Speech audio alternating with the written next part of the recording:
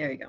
All right, so we're now in Chapter 6, the court system and ADR, alternative dispute resolution, because we don't always have to just battle it out. We can go in and try to resolve it peacefully. And we'll talk about that. All right, so in this chapter, you're going to learn about two things that you need before you can actually file a lawsuit. Standing to sue and justiciable controversy. And I'm going to post my lecture notes on Blackboard after class. So you can take notes, but you'll also be able to see them. We're going to learn the difference between jurisdiction and venue, the different types of courts that make up the state court system, the different functions of trial courts and appellate courts, and then the organization of the federal court system. The Supreme Court's been in the news quite often lately, and the relationship between the state and federal jurisdiction. We're going to find out how cases reach the Supreme Court, writ of certiorari, by certification. We'll talk about that, or I'll talk about that. And then the alternative dispute resolution. Okay, so I'm going to try not to say okay a lot. When I listen to my lectures, I hear myself say it a lot. Do you have a question? You raised your hand.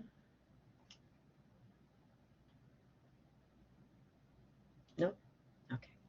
All right. Starting on page 146 in your text, you have some basic, well, everybody has a basic judicial requirements to qualify to bring a lawsuit. People are joining. There we go. The first is called standing to sue. Standing to sue. And a plaintiff must have a sufficient stake in the outcome. Those are the words. Those are the words. In order to file a lawsuit. What a plaintiff sues about must have harmed him or her. And the example I give, because I think it's hilarious and it's a true case, that early on, several years ago, a man sued the school system where he lived over students having to pledge allegiance to the flag every day. And the suit was in court and actually being heard until it was discovered the man had no children. So there was no harm to him.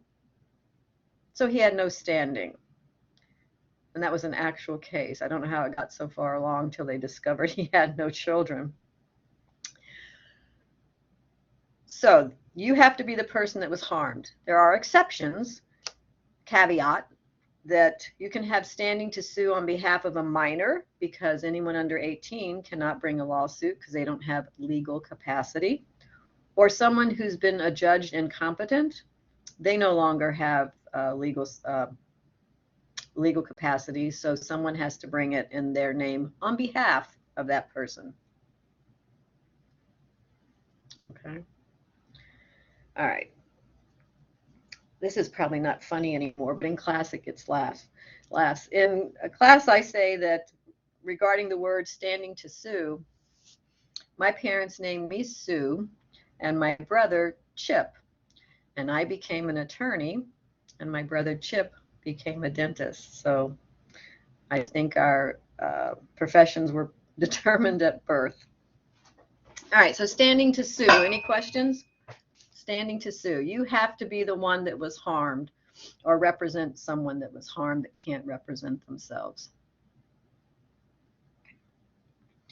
The other basic requirement to qualify to bring a lawsuit is something called justiciable controversy.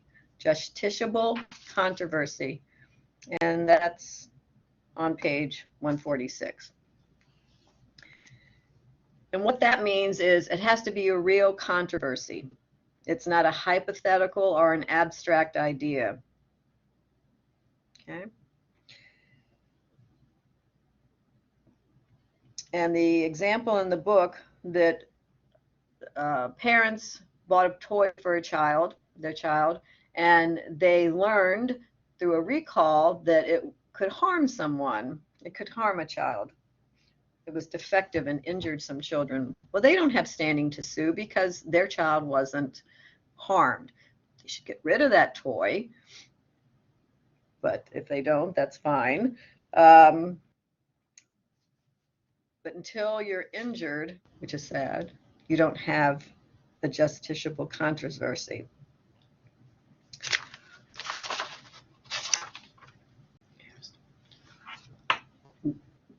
They would say, well, it might injure my child, so I'm going to sue the company, but they can't. They didn't get injured. Okay. All right.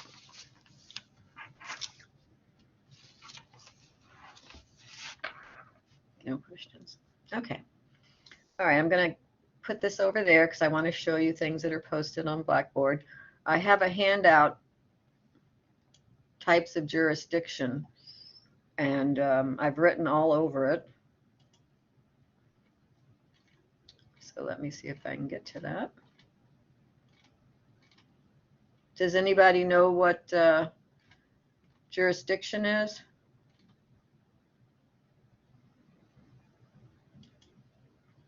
Okay. I need to share my application screen. Share. Okay. I do have these other lectures posted from prior years. I hope they're beneficial, and I hope I say the same thing. Let me see. Jurisdiction. In class, I hand out a blank one, and everybody writes down as I talk about it, because I feel that writing things down really helps me learn it. So, types of jurisdiction.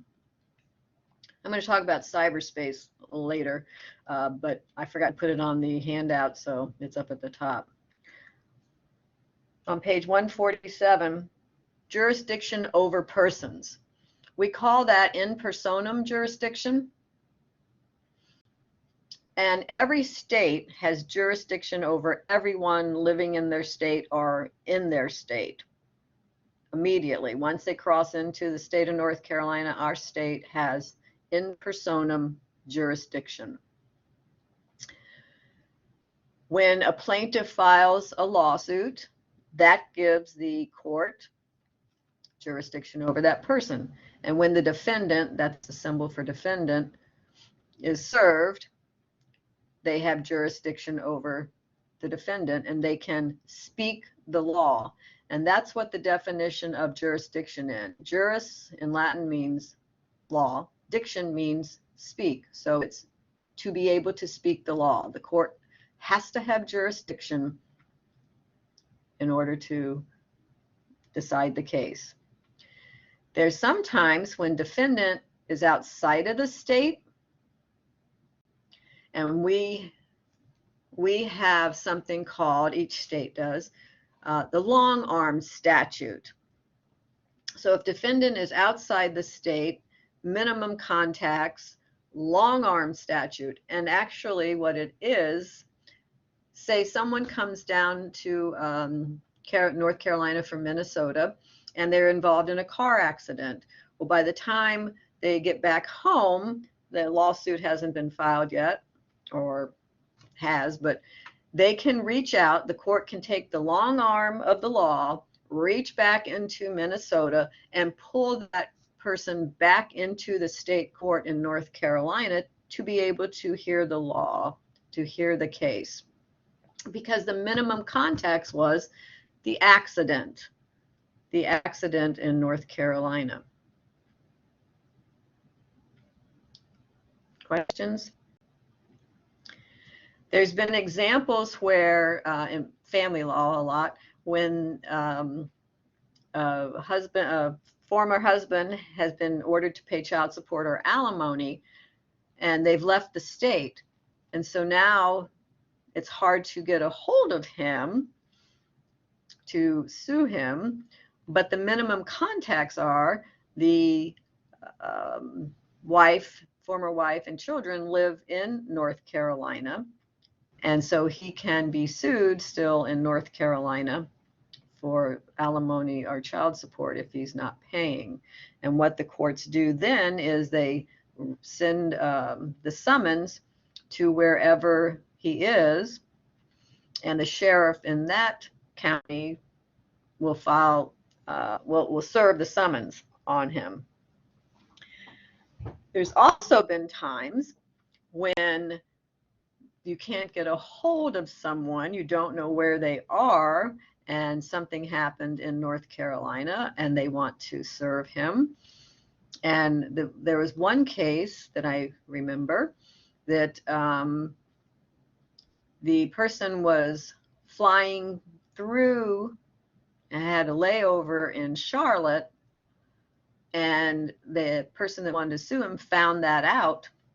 And so they went to the airport and had the sheriff serve the person in the airport. Well, that was not that was not minimum contacts. It was just a layover. So that didn't hold up.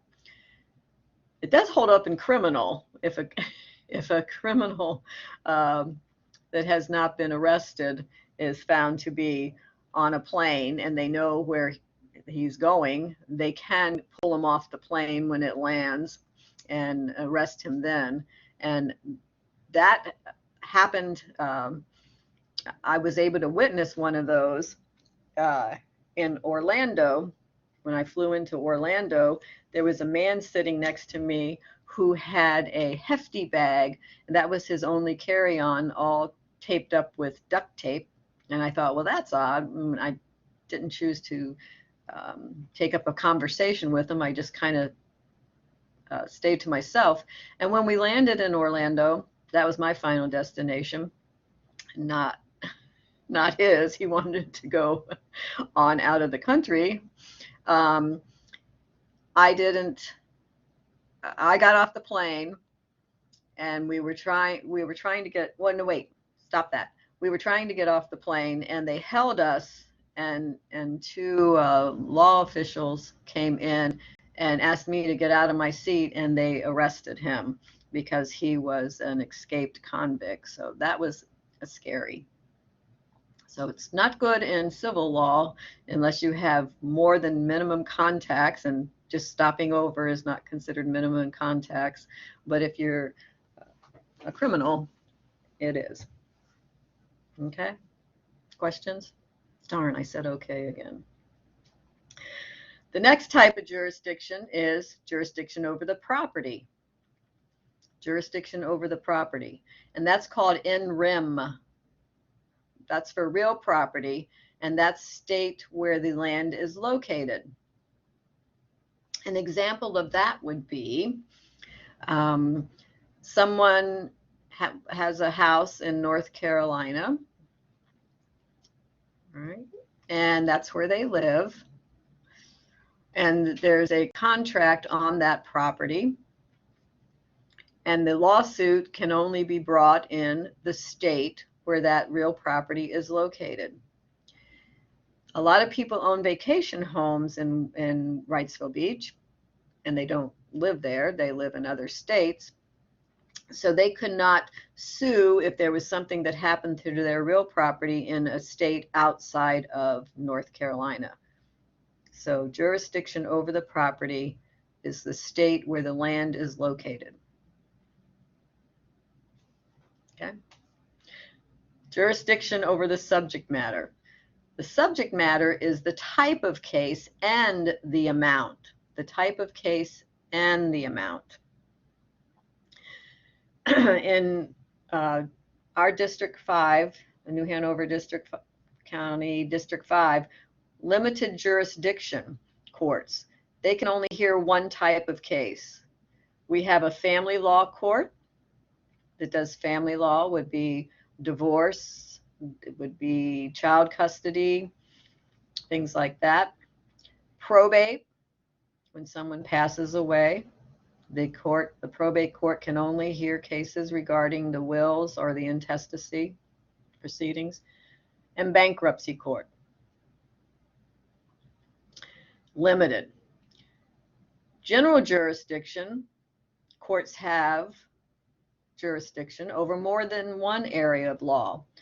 We have civil courts that can hear all kinds of cases, and we have criminal courts that hear criminal cases. Original jurisdiction is where the case is filed, where the trial begins. Trial courts, district courts.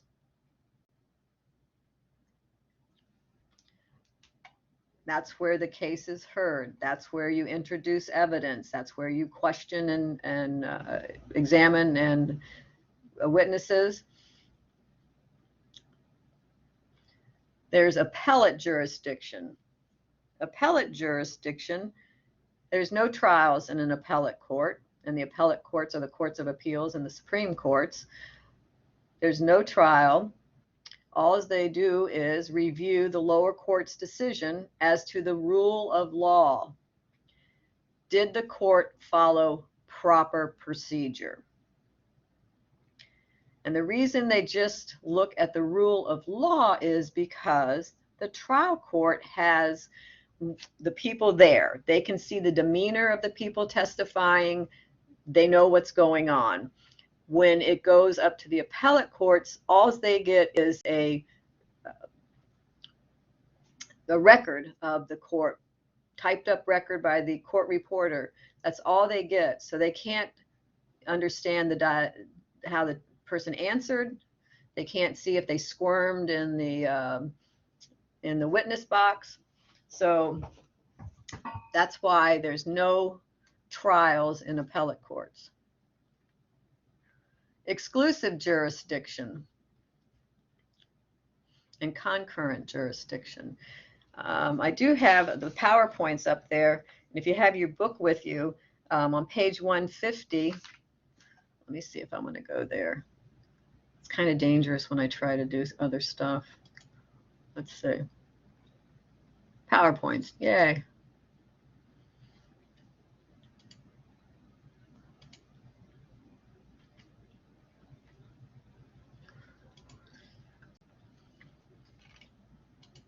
This is the Exhibit 6.1 in your book.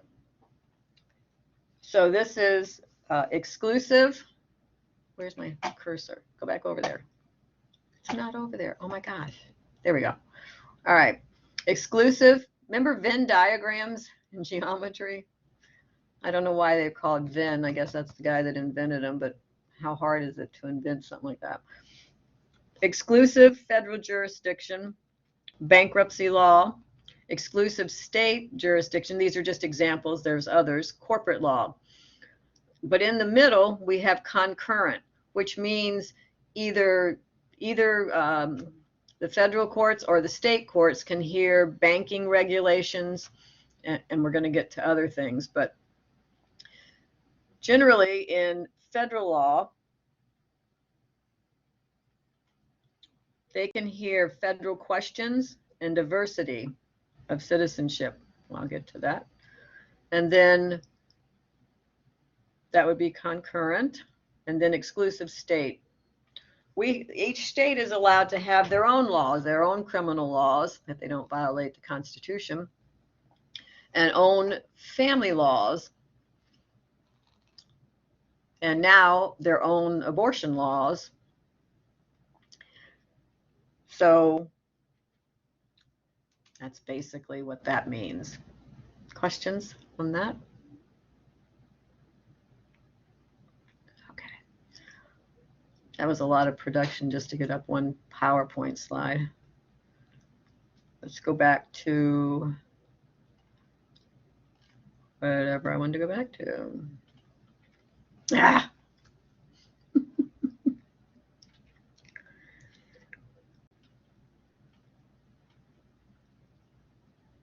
There we go, jurisdiction. All right, so that's federal, exclusive and bankruptcy, federal crimes, patents, trademarks, copyrights, and cases versus the United States when someone sues the United States. Exclusive in states, contracts, probate, family law, state crimes.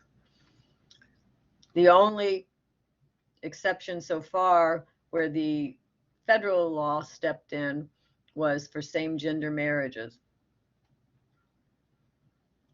It's no longer left up to the states. Concurrent jurisdiction, you can choose to sue, to file your case in either the federal or state court. Diversity of citizenship, we'll get to that when the handout is. And banking regulations. Ancillary jurisdiction, I explained a little bit about that, the long arm statute. A court can hear, nope, disregard that, that's not the long arm. Court can hear an issue or claim that the court would not otherwise have jurisdiction over, but is related to the claim that is properly before the court. And that's really just for judicial convenience. Say a plaintiff brings a suit in federal court on a federal question, and defendant asserts a counterclaim which raises an issue of state law.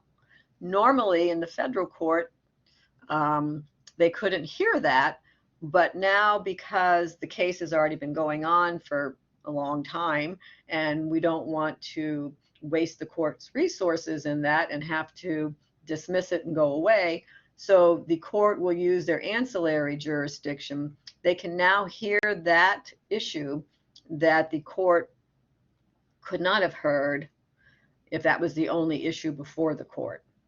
Ancillary. The last one is cyberspace. Technology has brought about a lot more ways to commit crimes on the internet, cyberspace.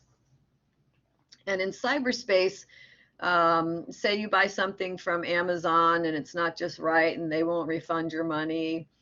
Well, where do you sue? Amazon's not located in North Carolina, although we do have warehouses and things like that. But you have to be able to sue to be put in a better place, to be made whole.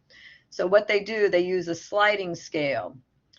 If it's substantial business on the internet, like Amazon, eBay, things like that, then yes, you can sue where you live.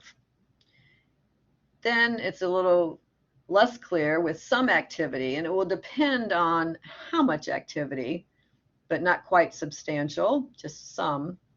If it's passing advertising and you've purchased something that guaranteed you to lose 100 pounds within a month and it didn't happen, and it was just a passive pop-up advertising, then you can't sue in your state. You have to go where that company is incorporated in whatever state.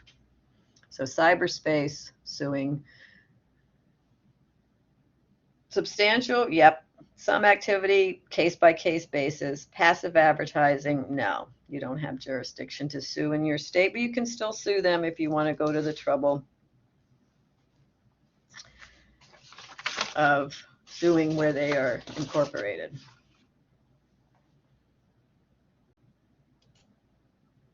Okay. The next topic on page 151 is venue. Does anybody know what venue is? 5 points if you do. Anybody? Nope. Okay. Well, venue is the geographical location in which the action is filed, where the initial trial takes place. And it's usually called the most convenient forum. It's usually where the event occurred, or where the plaintiff resides, or where the defendant can be found.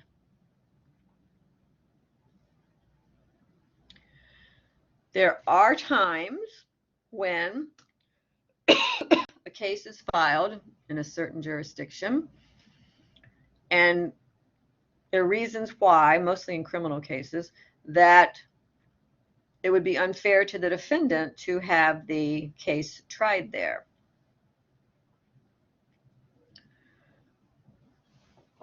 So they can do a motion for a change of venue to move it somewhere else. Some heinous crime was occurred in Wilmington. Everybody hates the guy. They're not going to get a impartial jury. Probably shouldn't get an impartial jury, but they can ask, the defense can ask for a change of venue.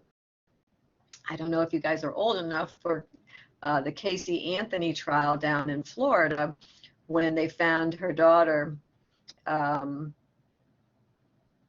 dead in the trunk of her car. She was found not guilty, which is crazy. But the venue was asked to be changed from I think it was the Orlando area to somewhere else because everybody was so upset about it. The thing is, the court said, well, all the witnesses are here, all the police officers are here, we're going to have it here, and they denied it, but they did go outside and over to Tampa to get jurors. So all the jurors came in to Orlando to sit for the trial. So there are different ways to do it, but since it was inconvenient to the state for all the officers to have to go to Tampa, they are elsewhere, they brought the jurors in. So there can be a change of venue in a criminal case where it's unfair to the defendant. Okay. I want to go, questions? I want to go to the structure of the United States court system, I think. I do.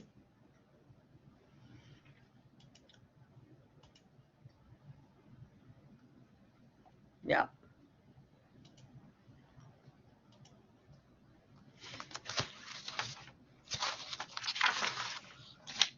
And I also have, you can see down here, written all over this. And I think what I'm going to do is scan this and post it so you can have the notes on it. In class, I give this out and students write on it as I'm talking.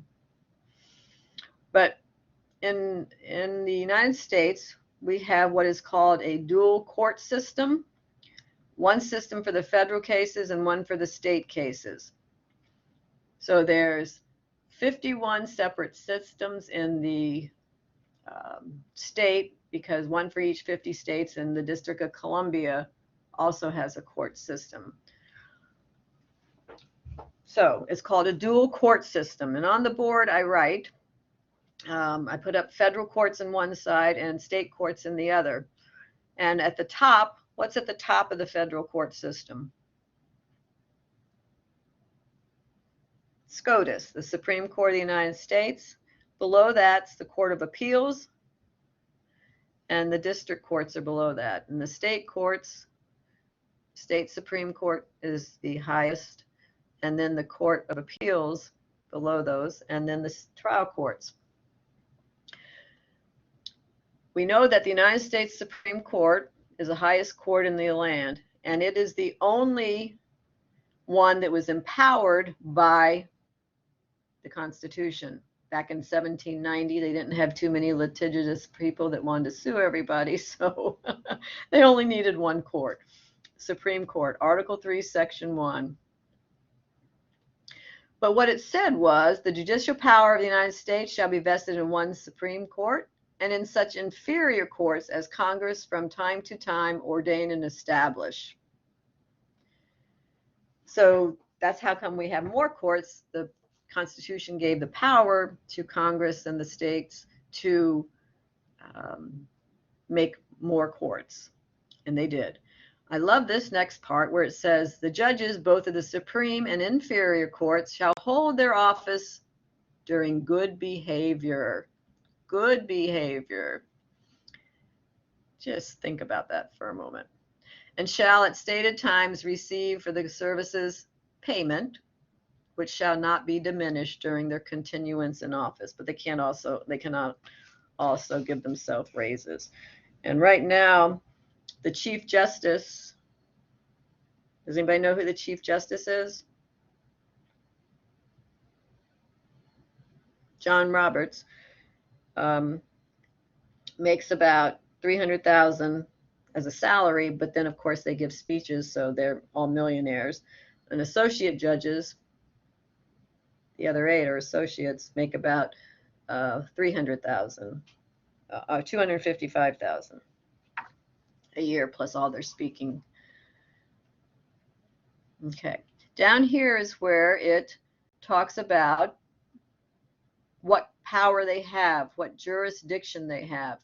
And the judicial power shall extend to all cases in law and equity. And we've learned what law and equity are.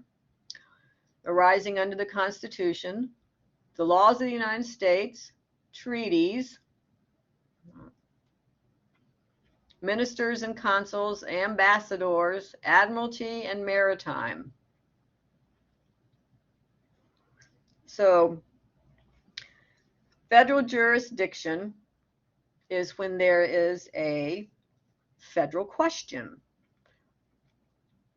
an United States constitutional issue, freedom of speech, cruel and unusual, we know all that. When it's about a federal statute and treaties. That's federal question, and that's one way to reach the Supreme Court if you have a federal question.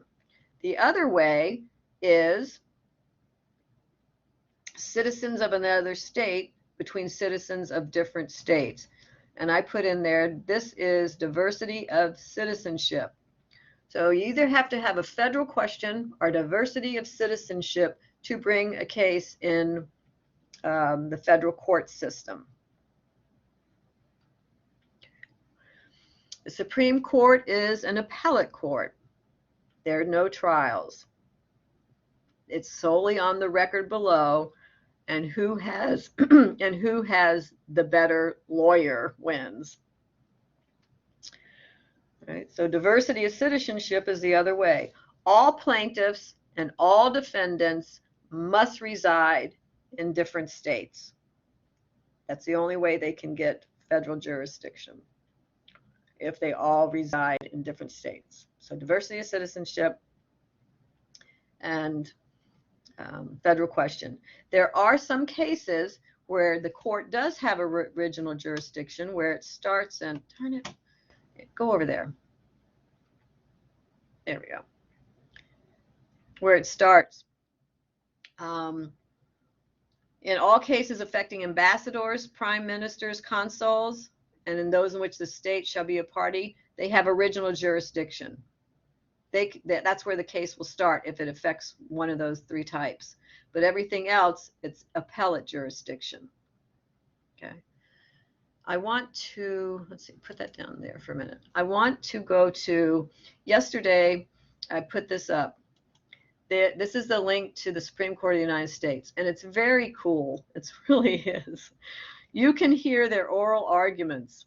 And yesterday, they had oral arguments, and it starts at 10 o'clock again today. But this one, Sackett versus the EPA and Delaware versus Pennsylvania and Wisconsin, were talked about yesterday. We will hear argument first this morning in case 21-454, Sackett versus EPA.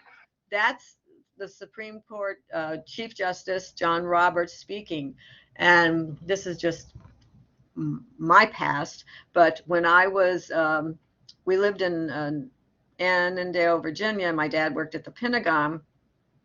My mother would pull me out of school a lot, and this is probably why I went into law, to go hear cases. We'd sit up in the galley and hear these cases. We also went to sessions of Congress, which was pretty cool too.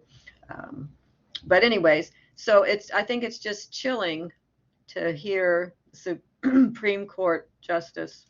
Mr. Schiff, you're up first this year. And sometimes how rude they get to. Thank you, Mr. Chief Justice, and may it please the court. It's now going on.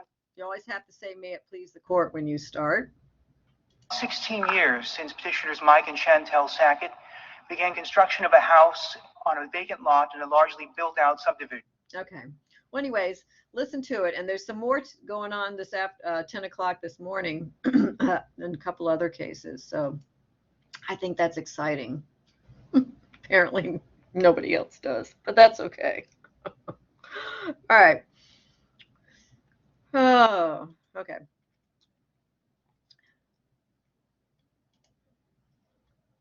Open it again. Okay. All right. The court begins its cases on something that's called Black Monday. And it's the first Monday in October. So they just started this session and they're going to hear certain cases. And they go until the end of June or July. So it's a nice gig if you can get it. Just October till June or July. And it's called Black Monday. Well, the original reason it was called Black Monday is because they don their black robes and they go sit up there and they pronounce the law. Okay. All right. The composition of the Supreme Court, 9 justices, 1 Chief Justice, 8 associates. And how they sit is kind of cool too. The Chief Justice gets to sit right smack dab in the center, and then according to seniority, the other ones sit on each of his sides and back down to the end of the row or the dais, and that's wow. So you know who's the youngest ones. Not all, they sit in banc, and that means in Latin as one body. They hear the cases unless they have a conflict. Sometimes there'll be a case where someone owns stock in the company, so they have to remove themselves. They can't hear that case if they have an interest. Not all 9 need to be present, but they have to at least have 6 to render a ruling. And a decision is made by a majority of 5. We all know that. So the jurisdiction is original jurisdiction, which we talked about, just the ones that if it's a state being sued, a country being sued, state being sued, ambassadors, things like that. And then they have appellate jurisdiction, which means that they can hear cases from below courts, lower courts, by appeal or by a writ of certiorari. A writ of certiorari. A writ of certiorari is the rule of 4 applies. The rule of 4 applies for a case to be granted the right to be heard, appealed to the Supreme Court. That means 4 justices out of the 9 must vote affirmatively to hear the case. If the 4 don't agree to hear it, the lower court decision prevails, and the status is that the case is dismissed per curiam, which means it's dismissed without an opinion. Okay. The other way you can get to the Supreme Court, other than by the writ of certiorari, is certification. The lower court requests to be heard. When they send out a writ of certiorari to hear the case, the court will send that to the lower court, which means send me the appeal, send me the court record for us to look at that to make a decision. In the federal court system, oh, we are going to be here next week. I'm not going that fast. For mid-level appellate courts, the United States Court of Appeals for a certain circuit, the Federal Court of Appeals for North Carolina, where we live in, if you live here in New Hanover County, United States Court of Appeals for the 4th Circuit, and that should not be a superscript. We don't use superscripts. There are 13 judicial circuits in the United States in the federal court system. They've been increased. We have different circuits for different states. We have 5 states in our 4th circuit. The states have 11 circuits, and then there's 1 for the District of Columbia and 1 for the federal circuit. 179 judges in the Federal Court of Appeals, and they can hear the cases in banc or in divisions, 3 to 5. In banc, they can all hear it at once, not the 179, just the ones that are in the district. Okay. Let's see. The federal district courts where the trial starts, original jurisdiction generally, civil and criminal cases, and they are both courts of law and equity, so you can get either remedy. There are 94 judicial districts, and the United States District Court for the blank district of blank. In New Hanover County, we are the United States District Court for the Eastern District of North Carolina. We serve 44 counties, and you can read this on your own. But we have one of the district courthouses here in Wilmington, which is convenient. You can file right here in federal court and not have to go somewhere else. And it's the Lennon Building downtown. And it was used to be on, you're probably not old enough, Matlock, where Andy Griffith's show was filmed. I've got to update this. Currently closed due to Hurricane Florence, but it was relocated. I got to update that. It's now back. Okay. And to file a civil case, they have to have jurisdiction. So it either has to be a federal question, and this is a question on the exam all the time, a federal question, or diversity of citizenship. The other jurisdictional requirement when it's diversity of citizenship, it has to be, damages have to be greater than $75,000. Originally in the Constitution, damages had to be higher than $20. So we've come a long way about the amount. Inflation.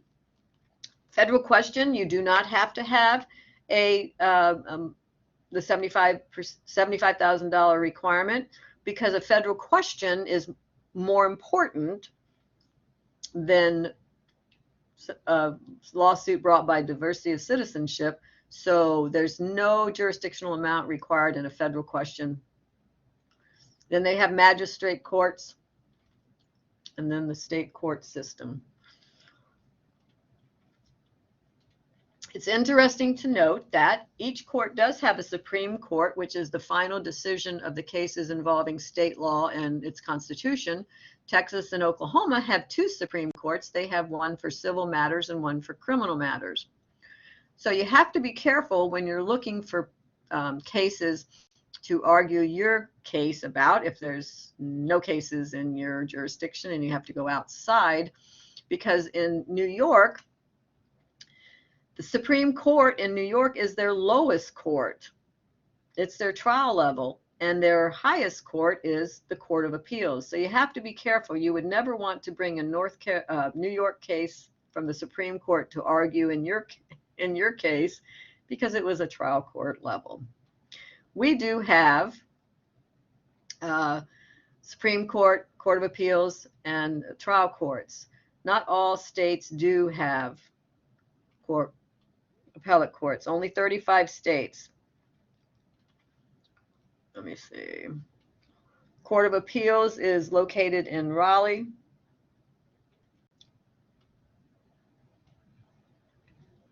So is our Supreme Court. Let's see. Okay, we don't have to talk about that. I'm gonna see. Okay. Questions?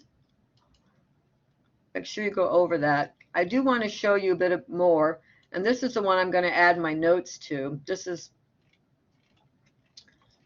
down here. Sorry, I'm scrolling. It's got the makeup of the Supreme Court. I need to update it, and I wrote a bunch of stuff in. Yes? Someone has a question? Oh, okay. Gotcha. I'll mark you present. I got excited for a moment. Here where you'll see Supreme Court of the United States, Courts of Appeals, and we're in the Fourth Circuit along with West Virginia, Virginia, Maryland, and South Carolina. And that's when we use the unofficial reporter, the Southeastern reporter for cases. That's why you have to put in parentheses what state it was in, because you don't want to bring in a West Virginia or Virginia case, because that's not North Carolina.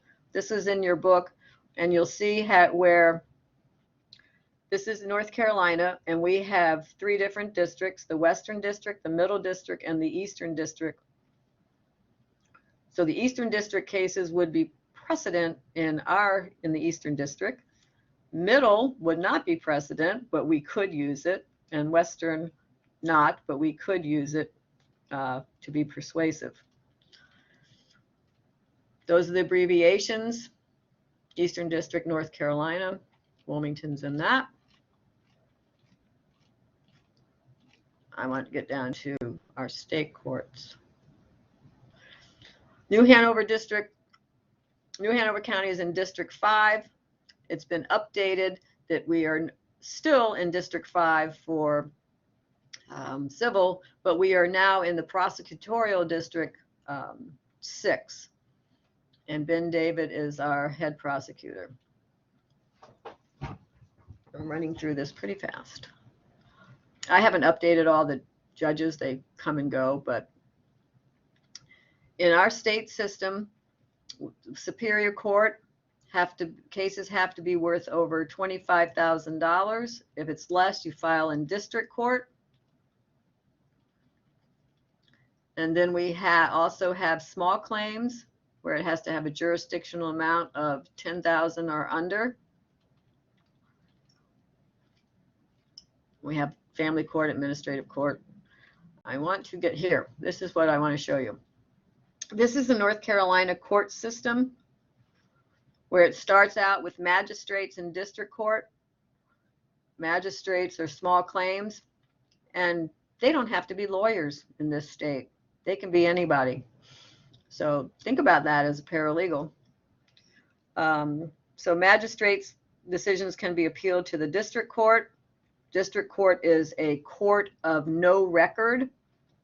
They don't keep a record. There's no court reporter in there.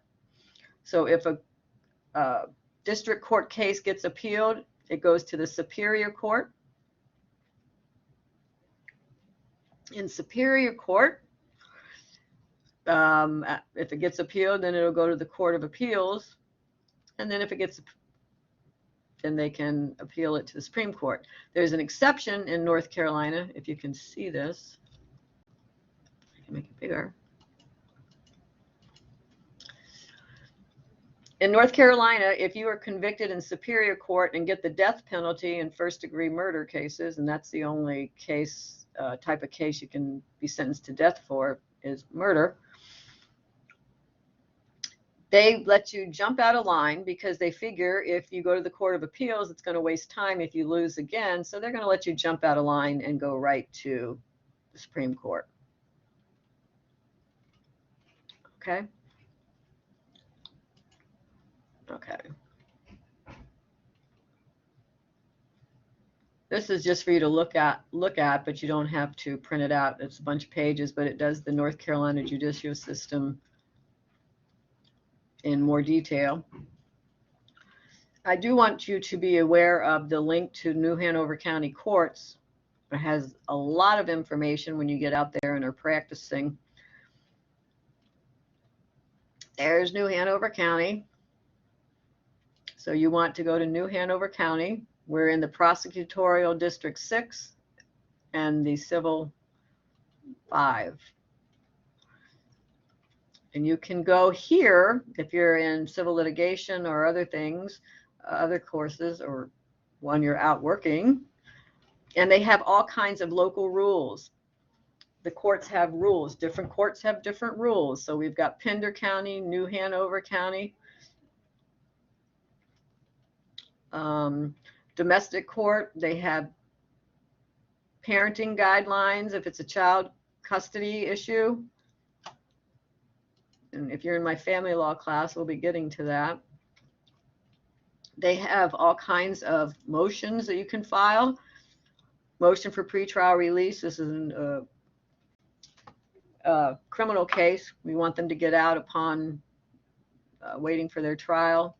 So it's just chock full of information. Child support affidavit. And we always like to use forms.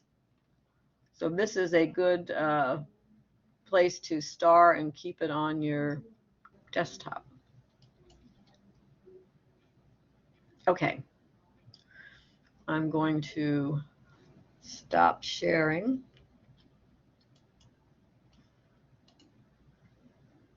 Because I think class is over. All right, so we didn't get as far as I thought. Apparently I had a lot of words in my mouth to get out. We'll pick up next Tuesday on the rest of the chapter. And I think this is the class where an exam is due tonight. I don't know. I'll stop recording. Well, no, I didn't mean to do that. I want to stop recording.